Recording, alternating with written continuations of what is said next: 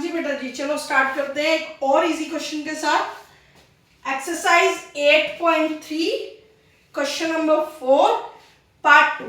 ठीक है, अब देखो बेटा, हमारे पास इसमें LHS तो कितनी बड़ी दे रखी है और RHS दे रखी है छोटी सी।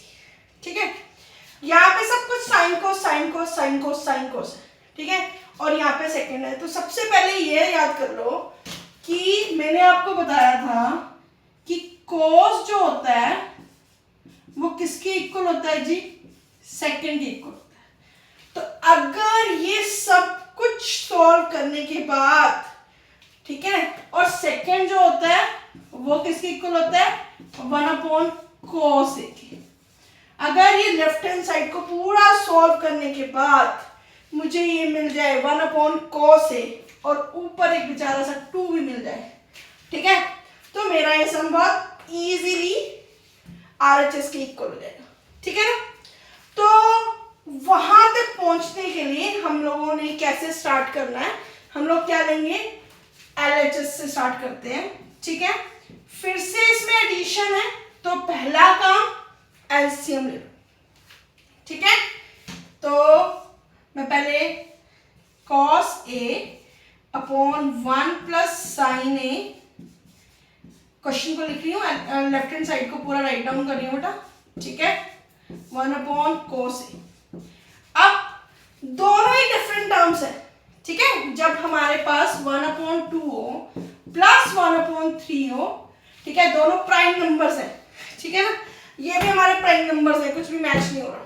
ठीक है ना, तो ये प्राइम नंबर्स होने की वजह से हम लोग क्या करेंगे, इन दोनों की क्या कर देते हैं? मल्टीप्लाई कर देते हैं ना, हमारा एलसीएम आ जाता है। तो इसमें भी हम इन दोनों की क्या करेंगे? मल्टीप्लीकेशन कर देंगे। ठीक है, cos A अपॉन 1/sin। अब नेक्स्ट काम आपको क्या करना है? 1 प्लस साइन ए गिवन है, डिनोमिनेटर से मैच हो रहा है, तो इसको स्किप करो, बाहर मिल जाए। कैरी किसको करेंगे? cos A को। ठीक है, cos A multiply bye cos A। Next question में देखो, यहां पे हमारे पास cos A से cos A मैच कर रहा है, जान दो इसको भी बाहर। बचा क्या? 1 प्लस साइन A। तो एक हमारे पास 1 प्लस साइन A पहले था, एक हम डिनोमिनेटर से उठा के लेके आ गए हमारे एलसीएम से। तो ये cos A और cos A मल्टीप्लाई हो रहा है। Can I write it as a cos square A? कोई फर्क पड़ेगा नहीं। ठीक है, करते हो ना, A multiply A is equals to A square. तो cos multiply cos is equal to cos square plus 1 plus sine A whole square, क्योंकि ये भी 2 बार है। ठीक है, ये भी क्या होगा? आपने A प्लस बी जब फैक्टर्स निकाले होंगे तो मैम ने बोला होगा कि बेटा जी इसको लास्ट में इस तरह से लिख देना। ठीक है ना, तो ये हो गया। उसके बाद डिनोमिनेटर में क्या लिखेंगे? cos A 1 plus sign. यहां पे अब हम लोग अलजेब्रिक आइडेंटिटी, कौन सी? यही वाली हमारी अलजेब्रिक आइडेंटिटी, क्या आएगा? A square plus B square plus 2AB। ठीक है, A क्या है हमारा? साइन 1, B क्या है? साइन। स्टार्ट करें, cos square A plus A square, 1 square का 1 स्क्वायर लिखने की नीड है, चलो आपकी अंडरस्टैंडिंग के लिए मैं एक बार लिख देती हूँ। ठीक है, sine square A plus 2 sine A multiply by 1, वो भी लिखने की नीड नहीं है। ठीक है, is equals to cos A divide by 1 plus sine. ठीक है, इसमें हमने अभी तक कोई आइडेंटिटी नहीं यूज करी, हमने सिंपल एलसीएम लिया और उसको आगे सोल्व कर रहे हैं। ठीक है, अलजेब्रिक आइडेंटिटी यूज करिए, लेकिन ट्रिग्नोमेट्रिक आइडेंटिटी यूज नहीं करी। तो ये हमारे पास आ गया cos square A plus 1 plus sine square A plus 2 sine. ठीक है, divide by cos A 1 plus sine. अब हमारी याद करो वो identity, sine square A plus cos square A क्या होता है? 1 होता है। इसमें भी आपको साइन स्क्वायर ए और कॉस स्क्वायर ए दिख रहा है, तो इसको साथ में लिख लो पहले, ठीक है।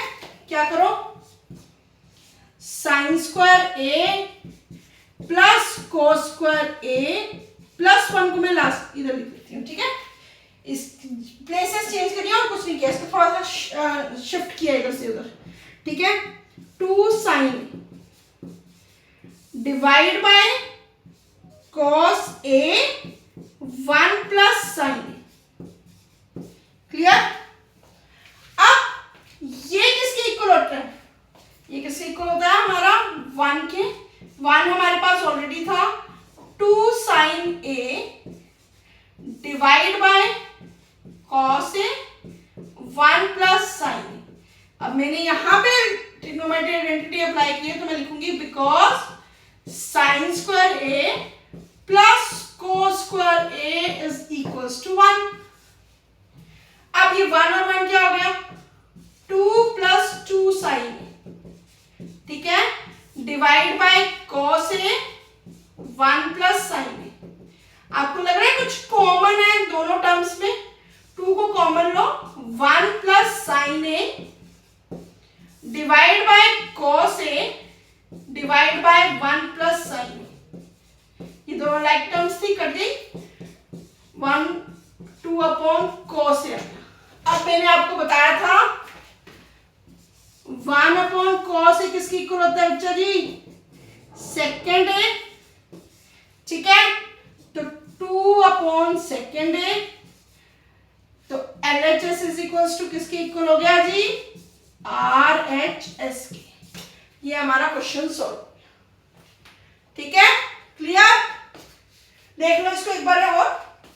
फर्स्ट एलसीएम लो, जो लाइक टर्म्स है उसको छोड़ो, दूसरे टर्म को न्यूमरेटर से मल्टीप्लाई करो, अलजेब्रिक आइडेंटिटी लगाओ, फिर ट्रिग्नोमेट्री आइडेंटिटी लगाओ, फिर कॉमन लो, कॉमन लेने के बाद जो लाइक टर्म्स है उसको काट दो, कैंसिल कर दो आपस में, फिर 1 अपॉन कॉस ए में फिर याद करो किसके ऑपोजिट होता है, सेकेंड ए के, और सम आपके पास 100, क्लियर।